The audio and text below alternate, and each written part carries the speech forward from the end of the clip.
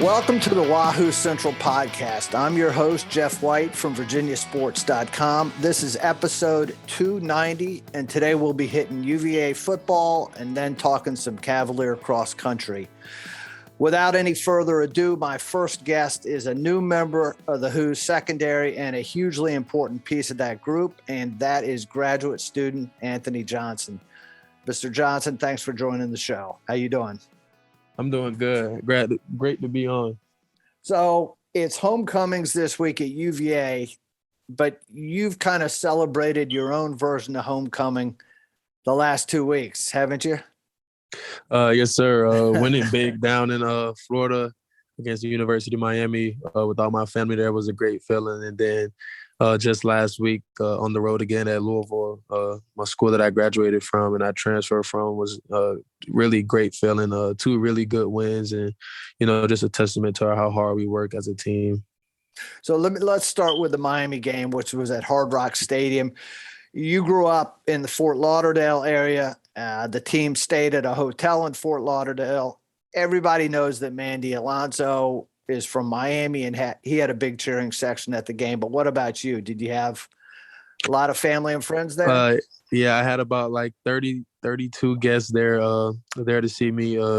They did a good job of making sure that that I had enough tickets. So all my family that was able to come, my grandparents got to come to their first game to see me down there and play. And it was really exciting. I was really grateful for the opportunity, especially getting the W. So then 9 days later, UVA plays at Louisville, where you earned your undergraduate degree, as you mentioned. What was the experience like for you going back there? Had you ever been in the visitors' locker room at Cardinal Stadium? Yeah, I was in the visitors' locker room when we had the reconstruction of the stadium, when we got the new expansion. And it was definitely high emotions, just happy to be back. Louisville's a great place. I actually love the atmosphere and the city life around it. I was happy to be back, and I was happy to be on the side that I was on with my guys at UVA and on the Victoria side as well. So you didn't practice much last week, if at all. Were you worried that you might not get cleared to play for the game? I had some concerns. My trainers did a good job of, just taking me through the right measures to make sure that I had my best chance when I took my test so that I was able to get cleared. And I just was trusting in their process. It was my first concussion. I never had one, or at least that I knew of. And I just took the steps that they gave me. And I made sure I rested a lot, hydrated, and I just trusted them in the process, and they cleared me. And my coaches trusted me to go out there and handle business. So during the game itself, were you covering players, receivers you were familiar with, or were these new guys on the Louisville roster, or are these like old friends of yours? These are all guys that I knew. These are, I can almost say, like brothers. 2 of the guys I came in with in the same class, 2017, Justin Marshall. Those are my guys, man. I got a lot of close bonds and connections down there in Louisville with the teammates. And it was really fun just being able to compete against them outside of practice, but in a live game situation. So that was really fun. So what was the back and forth like during the game? Were you guys talking trash to each other?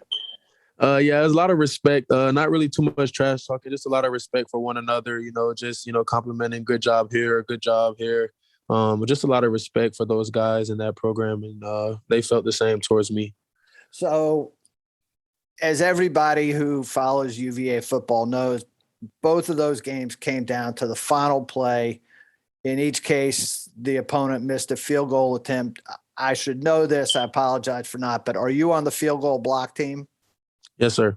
So you're out on the field for both of those kicks. Well, I wasn't on the Miami kick because I had gone out like 2 plays before that with the concussion on a tackle attempt, and I had missed that one, but I was running out on the field after. But for this one, I was out there on the field. So the Miami kick was a 33-yarder, which is very makeable. This one was a 49-yarder, which is a much tougher kick. What was that final play like for you? Oh, sorry about that. No, go ahead. It was just, just all the hard work and preparation that we go through during the week.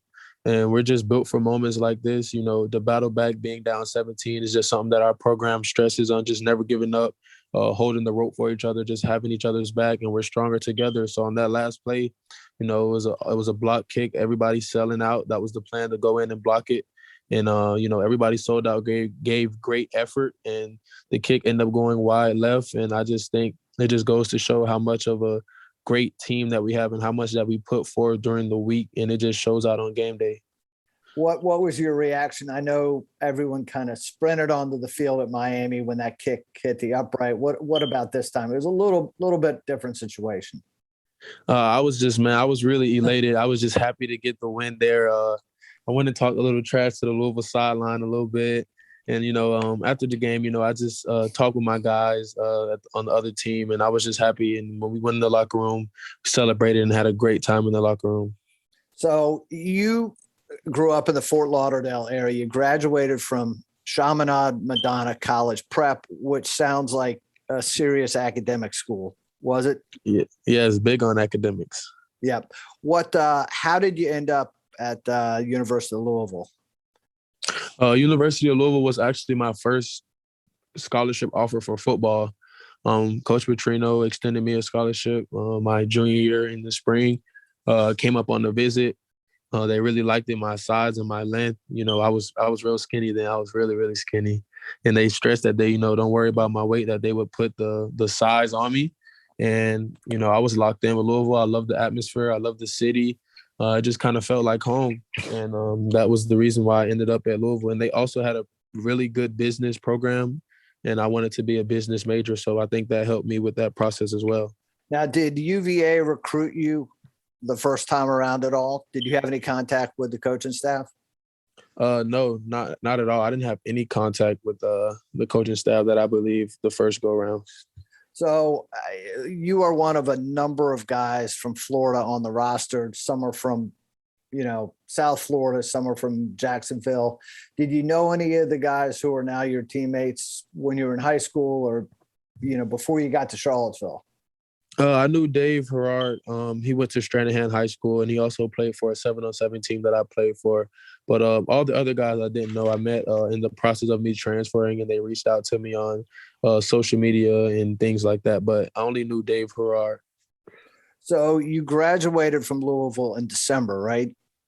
Yes, sir. So once you decided you were going to enter the transfer portal and start, how quickly did things come together with Virginia, and who reached out to you first from the coaching staff? So immediately, I'll never forget, I was watching a football game. It was Florida versus Alabama, and I'm sitting there watching the game, and I get a call from a 434 number, and I just know I'm in the transfer portal, so I'm making sure I answer all my calls. And Coach Howell, the defensive coordinator, and the secondary coach calls me, and he's like, he introduced himself, and he told me he was at Virginia football, and I was like, is this like the ACC Virginia? Let me look up who Nicholas Howell is. So when I looked him up, I was like, oh crap, like this is Virginia ACC football.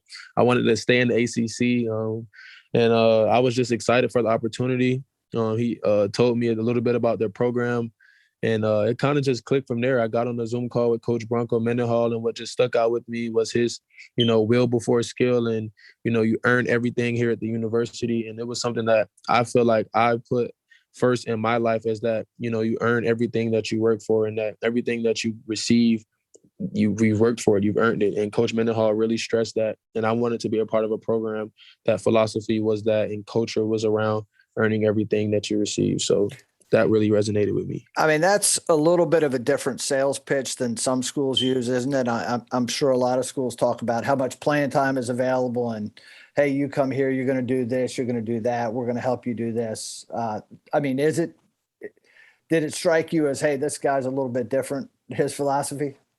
Yes, that's what really attracted me towards the program, because, as you were saying, all the other guys that were recruiting me were just telling me how good I was, how they wanted me to come in and be the guy. And here's Coach Mendenhall getting on the call telling me, you're a great player, but this is what you can be better at. This is what, we can help you develop in these areas. And that just resonated with me, like, okay, here's a coach recognizing my talents, but also recognizing my flaws to help me be a better player, to help myself and this team. So you oh, I know you've told this story before. You told it to me when I wrote an article for you back on you back during the spring, but you had been 0-2 at Scott Stadium, right? Right. Oh, and Playing for two. Louisville both time. What was it? What were those games like? What do you remember from those games? I mean, obviously at that point you're not thinking that one day you're going to be playing on the other sideline. Yeah, I was just in the moment.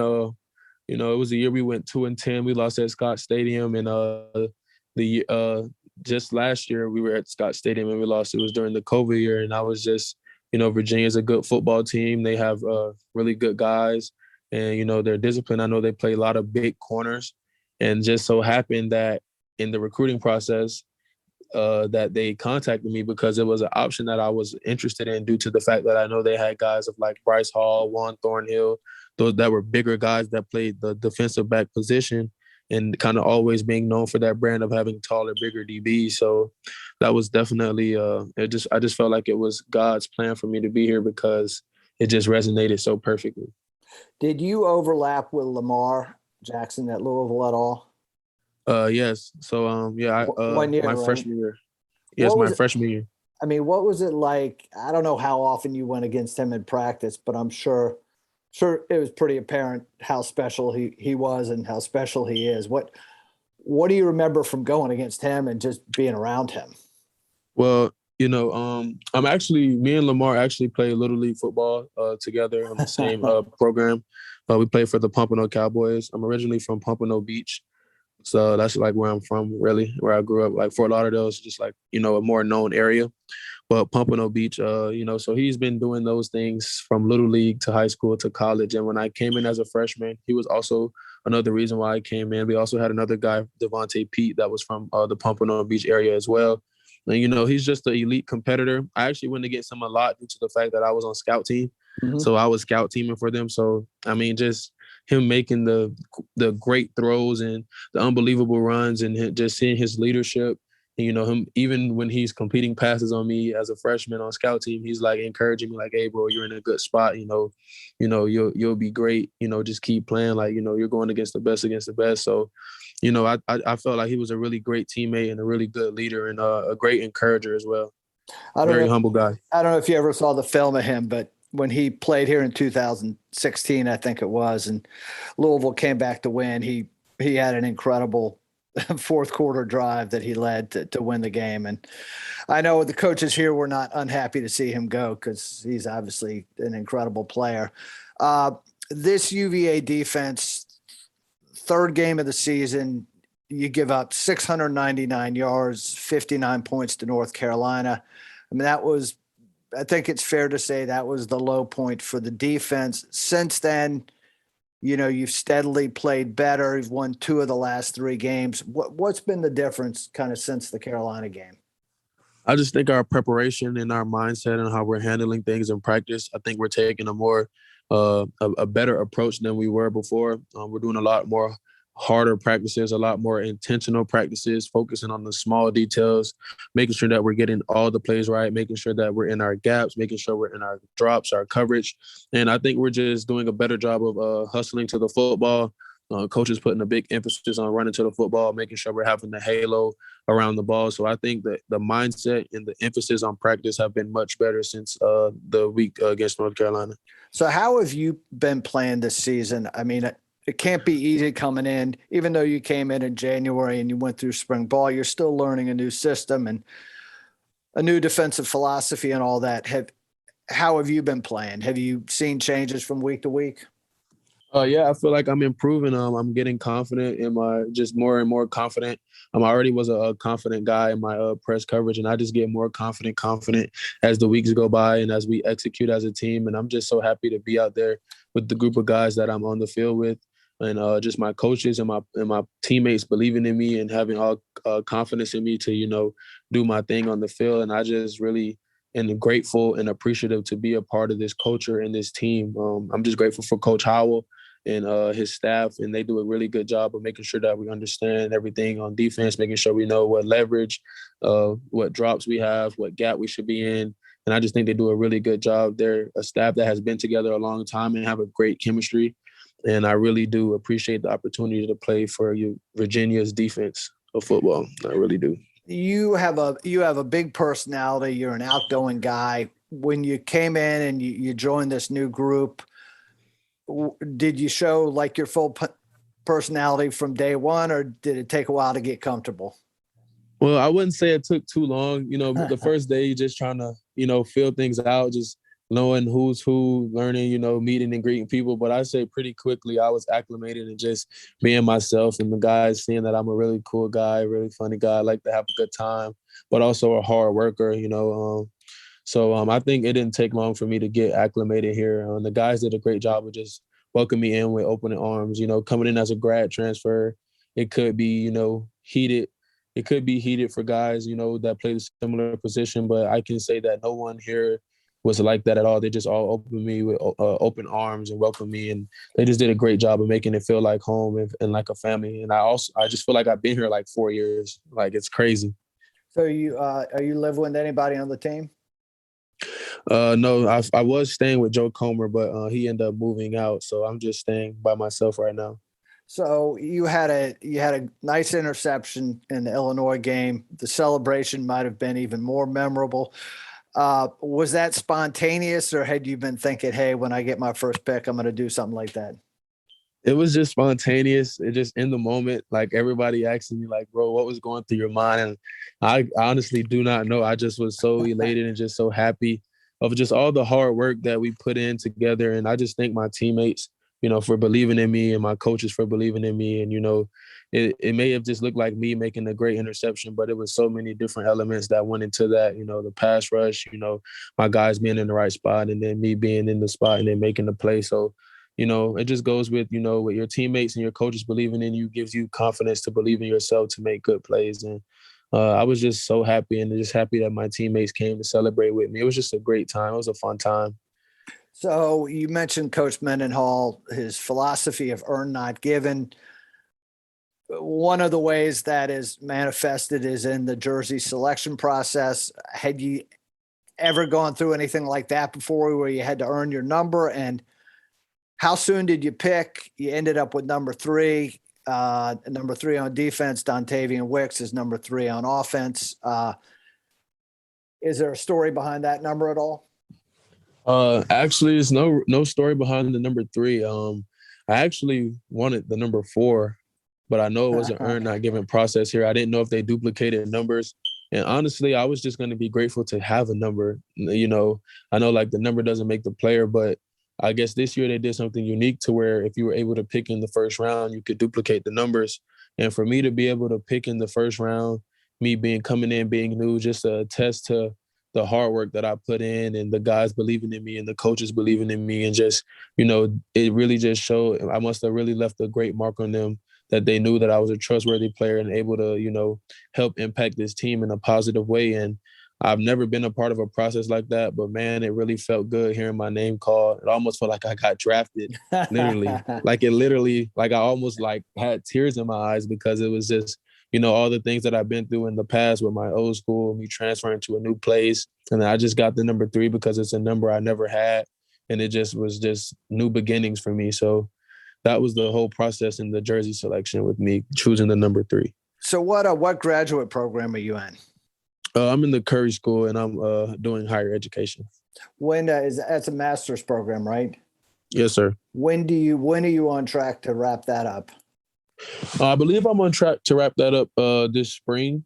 Okay. So I think, this spring, I think so. I have and then you'll have another year of eligibility, another season if you want to use it, and depending on how things work out.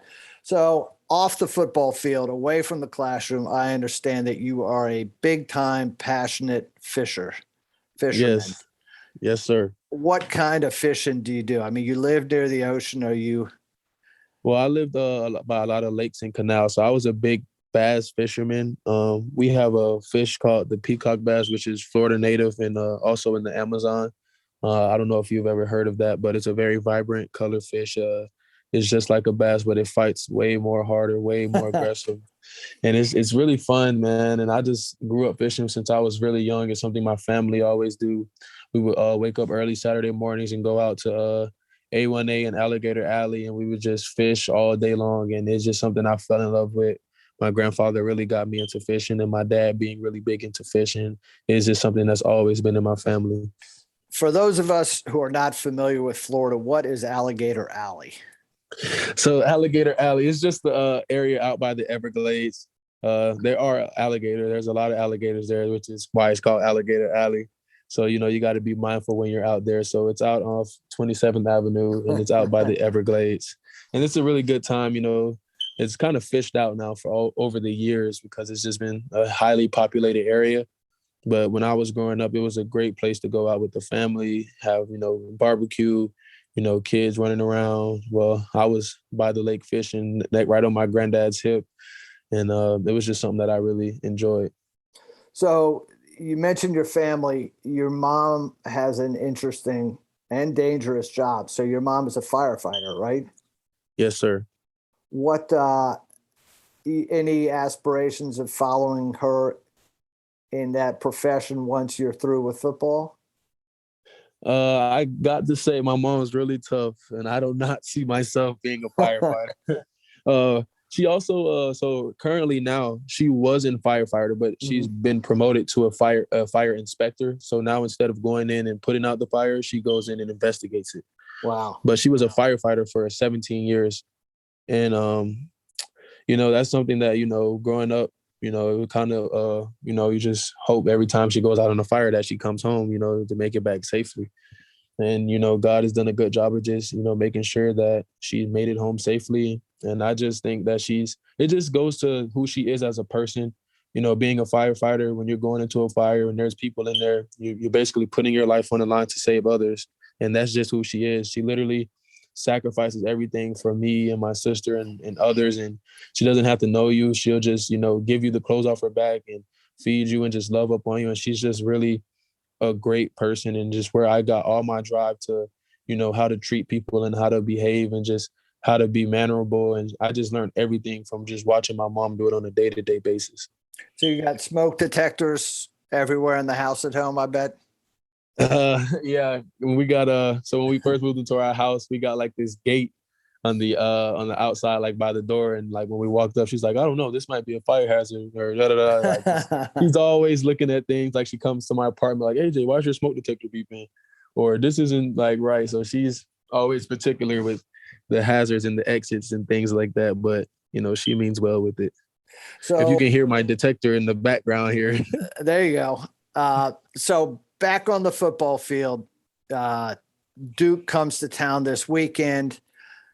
Duke is in the Coastal Division with UVA. Louisville is in the Atlantic Division. So those teams don't always play each other. Have you played Duke at all, or will this be the first time? This would be the first time that I've played Duke. I actually was recruited by Duke, by Coach Derek Jones, I believe, when he was at Duke. I believe he's at Texas Tech now, but I was being recruited by Duke out of high school, and this will be my first time playing against that university. Is it kind of wild? I know this is just one of the little quirks of having a big conference and too many teams to play each other every year, but is it strange to be in your fifth year in the ACC and you're playing another team for the first time? Yeah, definitely. And this is actually the only team that I have not played in the ACC, which was Duke. Wow. So, yeah, it will be a fun experience and a good time. Looking forward to going out this Saturday with my guys and competing. But this will be the first time I play the Duke Blue Devils. Well, good. Well, have a good week of practice. I appreciate your time, and we will see you out at the stadium on Saturday. Okay, thank you so much. All right, we're going to take a short break, and then we'll be back to talk UVA distance running, so stay tuned. Did you know that more than 50,000 Wahoo fans have already downloaded and are using the UVA Sports app? It is the best way to keep track of Virginia athletics scores and news, in addition to some great fan contests. You can pick your very own sports preferences and never miss a final score or breaking news. And don't forget that you can listen to all of our coaches' shows live or archived on the app. Go to the Apple Store or Google Play and search for Virginia Sports or UVA Sports. So don't miss out and download the UVA Sports app today. Okay, joining us now is Nicole Freitag, who's one of the distance coaches for the UVA track and field and cross country programs. Nicole, it's great to see you. Let me start by offering some congratulations. In late July, you and your husband had a son. How are you enjoying parenthood? Yeah, it's definitely it's got its highs and lows, I'd say, but no, it's fantastic. We always wanted to start a family, and honestly, I don't think we could have planned it much better with the our sport being pretty much year round. So it's worked out pretty well. So motherhood is a full-time job in itself. How challenging has it been to balance that with your coaching responsibilities? Yeah, it's not easy, but I mean, luckily I just have amazing support from our staff, my family. It's always going to be hard, but I don't think I could have more support than I do right now. So I mostly work from home, putting together stuff for the team and recruiting, and show up to all the practices, and we get the job done. Good. You were hired midway through cross country season in the fall of 2019. Then the pandemic hits 5 months later. Does this school year feel a little bit more normal? I mean, your first one, you came in late and then it kind of abruptly stopped. Last year was last year. Is this a little bit more what you're accustomed to? Or? Yeah, exactly. I know that first year was rough because, we really wanted to get to know the teams, the guys and the girls. You've got to get to know them before you start, just really developing them and really kicking off this championship program that we want to build. So yeah, it slowed our roll a little bit, but definitely feels on track now. The team culture is great. The motivation on the team is fantastic. It feels home. Like home, and it's going to be an exciting year. Yeah. Speaking of home, you are a lot closer here to your hometown of Saratoga Springs in upstate New York than you were when you lived in Portland, Oregon. Do you still have family up there, and if so, have you been able to see them? Yeah, I do. We definitely waited when the pandemic hit. We didn't do any traveling just to keep the team safe, honestly. So, but I've been seeing more of them lately. My mom comes down on meet weekends to watch rigs for me, which is fantastic. And honestly, my parents are as much invested in this team as they were in my running career. I think they've missed it. So it's been really fun for them to kind of relive it. Were they runners themselves? No. Yeah, my mom was a cheerleader. Probably should have been a runner, but she crushes the local 5Ks these days. But no, they lived it through me and love the sport now. So what was coaching during the worst part of the pandemic like? I mean, obviously distance runners are probably, better able to stay socially distanced from each other than maybe some athletes. Did that, for your distance group, was it business as usual to some degree at least? Yeah, it was tough because every athlete handled it differently. Just mentally, what they were asked to do socially was just really difficult. So we just had to be pretty understanding that not everybody was going to get through it the same. And, we definitely had to pay attention to the mental side of it. But as far as like training goes, they were certainly able to do what they had to do. It's just the life outside of practice, which is 22 hours a day, was obviously, very, very different than what they were used to. So it had its challenges. Your boss here is Vin Lanana, who was your head coach back when you were Nicole Blood and an All-America runner at the University of Oregon. What's it been like being reunited with Vin, on this side of the country? Yeah, pretty amazing. I mean, he's always been a mentor of mine, since college. I obviously have a huge amount of respect for him, and it's been pretty amazing to learn what happened behind the scenes while I was an athlete. Now just learning how much thought, and creativity goes into every day of training. I had no idea as an athlete. So really fun to kind of pick his brain on things. I'm learning so much. And I hope to be a resource for him as well. Just being a former athlete, knowing what these athletes are going through. I think we're a good team. Vin is still very involved with the coaching part of the job. How are the responsibilities divided, with the distance runners among the coaches? Your other assistant distance coach, Trevor Dunbar, also ran for Vin at Oregon. Yeah. Yeah. I mean, it's so important, I think, to really understand Vin, and him to understand us, just because, there's so many kids on the team, it's impossible for him to be, know what's going on with every single individual. So it's mine and Trevor's job to really just make sure nothing slips through the cracks. And, the three of us work together if something's going wrong or something's going right, to figure out what we're doing. It takes all three of our heads to do that. Trevor and I can kind of be a little bit more relatable, I think, with the athletes, having just gone through the system not too long ago.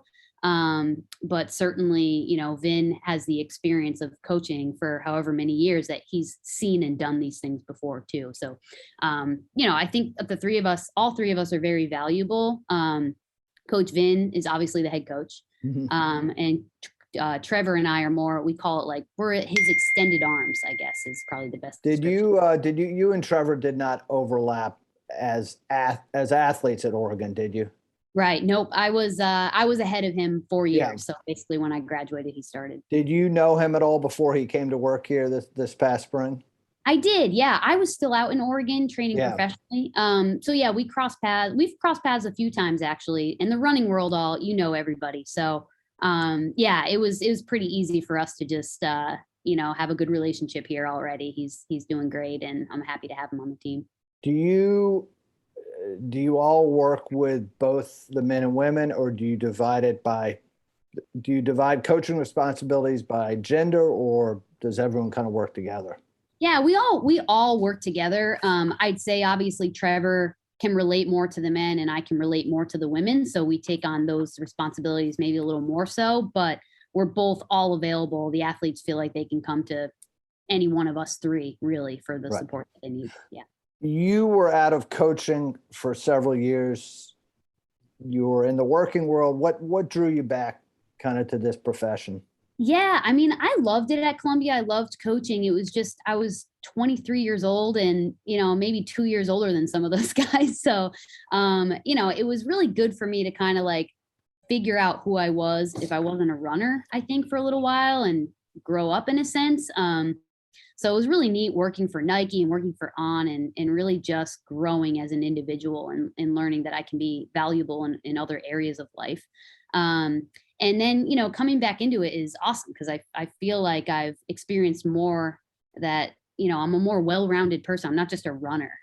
So I hope to be a resource for these men and women, not just as a runner, but as someone who's grown up, went through college, taken those next steps in life, because that's what they're here for in college, not just to run, but to grow as individuals. Cross country season, the men run a specific distance, the women run one too. There's a lot more variety in indoor and outdoor track and field. What distances do you work with in the winter and the spring?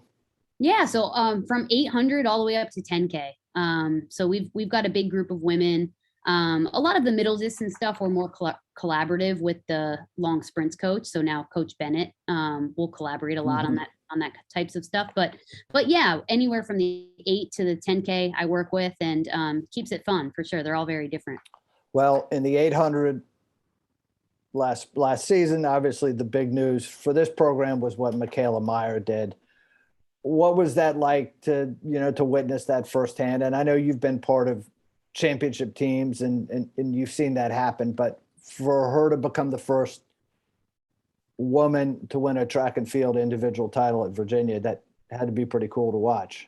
Pretty incredible. And just the growth she had over that year as an athlete, not just like her getting faster, but her just really learning how to be a good competitor, making smart decisions in races, learning how to train, she was a student of the sport and she learned so much. So it was just really fantastic watching her grow and get faster at the same time. And she is so deserving. So I was going nuts. I wasn't able to attend NCAA. Oh, I was wondering. 9 months pregnant. Yeah, I wondered about the timing of that. So you watched it online? And I did. Yep. Coach Vin FaceTimed me, while she was warming up and stuff. And he kept me as involved as he possibly could with me being 3,000 miles away, which I certainly appreciated. But, we've been a team, the three of us, all year, kind of getting her through it. So it was nice to try to be, there with them at the same time.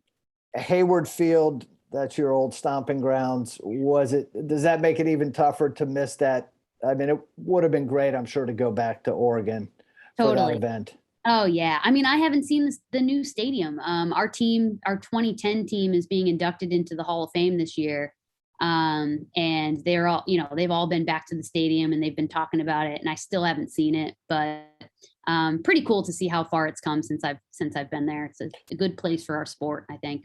I had Michaela, she was on this podcast. I don't have the exact date. I think it was in the late summer. It was after the Olympic trials and everything. And, I asked her about cross country, and, she acknowledged it's not her, that's not her forte, but she seemed like she was up for it, and having been through it last year, she was kind of eager to see what she could do and how she could improve. What have you seen from her so far this fall? Yeah, I mean, the fall is such an important time for middle distance runners, even though they're not competing. It's so good to build strength. And so this is just a fun way for her to do so. I mean, all the pros, they're just grinding by themselves typically this time of year, and it's less fun, but she gets to train with a team and throw in a couple of races, and she's really enjoying it, and she's getting stronger. Last year she did this season and it was brand new to her. So Yeah. It was a little scary, and she was still building, but she seems like a veteran now. And, I think it's going to be really good for the longevity for her season. Yeah. When you ran at Oregon, the Ducks won one NCAA team title in women's indoor track and field. They were NCAA runner-ups twice in women's cross country, twice in women's outdoor track and field. That's a lot of podium finishes. I know the staff here, Vin and the staff, have lofty goals for both of the programs here. How quickly can you kind of close those gaps and reach those goals? Having been through it. Yeah, we did it so quickly at Oregon. When I was being recruited there, Oregon wasn't even ranked. I think they were like towards the bottom in the Pac-10 at the time. So, in the women's team, there were like 5 distance runners when I was recruited there. So, by my freshman year, we were 4th in the Pac-10, and by my sophomore year in cross country, we were 2nd at nationals. So, it happens so quickly. You just need to get the right people, and not necessarily the top recruits in the country, but the right Mm-hmm. people who are totally bought in what you're doing. And that's what we're working really hard to do right now, so that I truly believe it's going to be a quick trajectory. We've already got a lot of the pieces to the puzzle, and looking forward to the next couple of years. At ACC's last year, cross country, the men finished 4th, the women were 7th. It's obviously still really early in this season, but how do you see both teams shaping up this year? Are they potentially better on both sides? Yeah, I think we've definitely gotten better. I'd say we're a young team, so I think the championship racing is going to be a challenge, for a young team. But they're learning as we go. We've already learned some lessons this season. We're pushing on, moving forward. They're important lessons to learn. So yeah, I think we're certainly capable of running a lot better. But we just got to walk the walk at this point. The first race of the year was the Virginia Invitational last month at Panorama Farms. Mia Barnett, who's a first-year, won that. I know that not necessarily every runner runs every cross-country race in the fall before ACCs, but what has Mia brought to the program, and what about her class in general? Yeah, I mean, Mia is a great example of her class. They came in. A bunch of them are state champions. A lot of them were top runners and had top times in the country. They're experienced racing at the championship level. It might be high school, yeah, but, competing for championship titles. So they bring that tenacity to this team here, which I think is really important. And the returners, they bring the experience of running at the NCAA level, which we all know is very different from high school. You've got to be able to run for points. If you're not going to win, you still need to find a win, in that race. So I think everyone is truly an asset on our team. They all bring something to the table. They're all very important. But Mia leading that race and really showing, hey, this is how you win. I really want to win, and bringing that mentality is very important. How many distance runners this fall are you working with on each side? Sorry, what was that? I mean, how many distance runners do you have for the men and for the women in general? How big is the group you're working with? Yeah, pretty big. I mean, on the women's side, the women's side is a little bit smaller. We've got about 20, just under 20 women. And on the men's side, you're mid 30s, I'd say about 34. And the Really? difference is, Wow. yeah, they have a lot more middle distance guys that do cross for more of a fitness thing. Obviously, you bring 10 runners to ACC, so that's really what you need. Everybody else who doesn't make that top 10 is focused on how they're going to contribute throughout the rest of the year, whether that's in the track season or, beyond that. So yeah, I think our teams are, especially on the men's side, a little bit bigger with COVID. We've got some people who have got 5th years and 6th years and all that kind of stuff. So things are a little bit wonky right now, but moving forward, throughout the recruiting process, we're just really focused on, quality versus quantity. So we don't need big classes anymore. We just need the right people. Right. 10 runners go to ACCs. How does the scoring work? Then is it just top 5 or do all 10 get points? Yeah, only 5 count towards our score, but of course, anybody beyond the 5 displace other teams. Yeah. Yep. So, but just because you haven't run top 5 all season doesn't mean you can't potentially help and be top 5 that day. So, right. It's nice to bring 10, especially with the groups that we have. It's very interchangeable with the places. We never have the same top 5 women or top 5 guys. It's always switching up. What have you thought of Panorama Farms as a course? And had you ever seen it before you came here as a coach? I had not. No.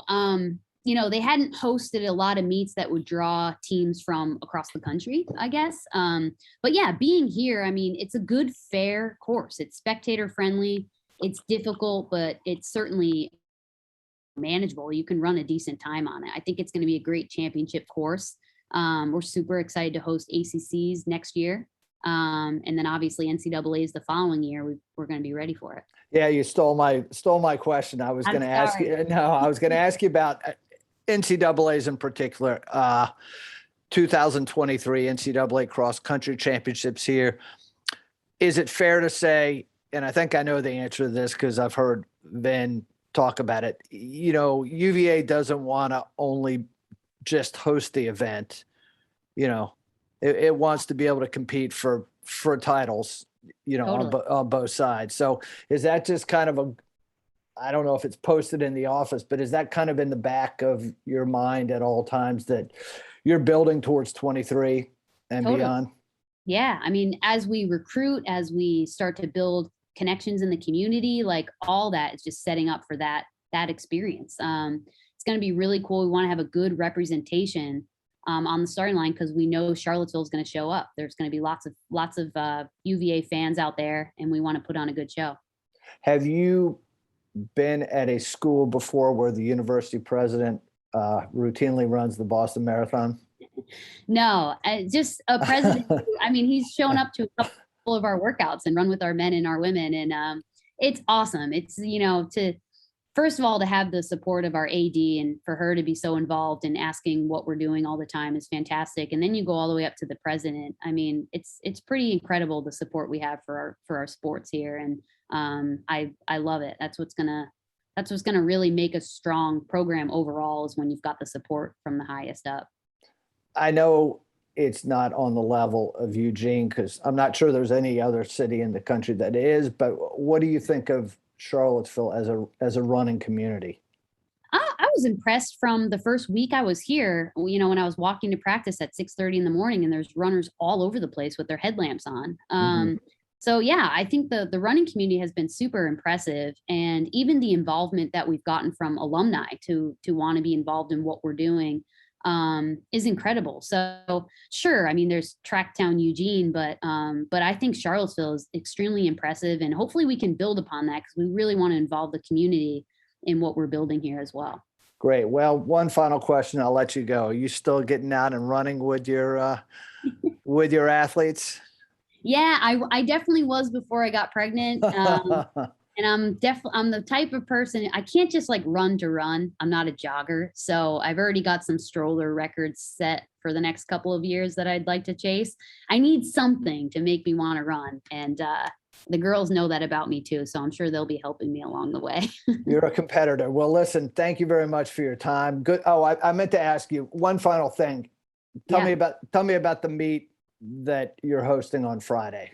So we're recording this on a Wednesday, but it'll be posted before Friday. Their men's and women are competing Friday morning at Panorama Farms. Yeah, we're excited to be back there. The first meet, obviously, was our first cross country race. That was the first time all of our first years were in a UVA jersey. So, that was pretty special for them. Got the nerves out. Now they've got some more experience. I'm excited to get them back on our course to really have a good strategic run on Friday. So we're looking for a strong showing.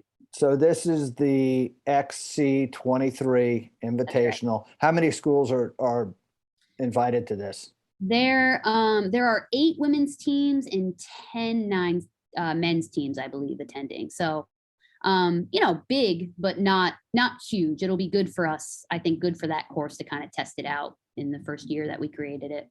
Good. Well, good luck with that. And thanks again for your time and good seeing you. Yeah. Thanks so much, Jeff.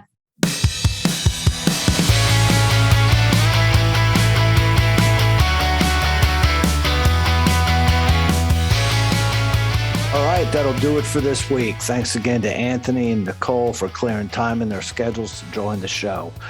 The Wahoo Central podcast is coming up on its 300th episode. We appreciate your support and encourage you to subscribe to and rate this podcast.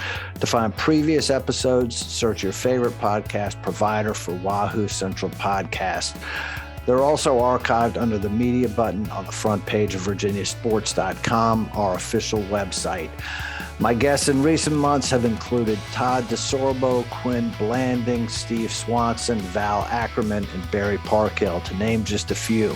If you're looking for my stories, they're archived on virginiasports.com under the content button on the front page. I'm also on Twitter, where my handle is @JeffWhiteUVA. Finally, be sure to check out the UVA Sports app, which has been downloaded more than 50,000 times. It's available from Google Play or the Apple Store. We'll be back soon with another episode. Until then, thanks for listening, and go Hoos.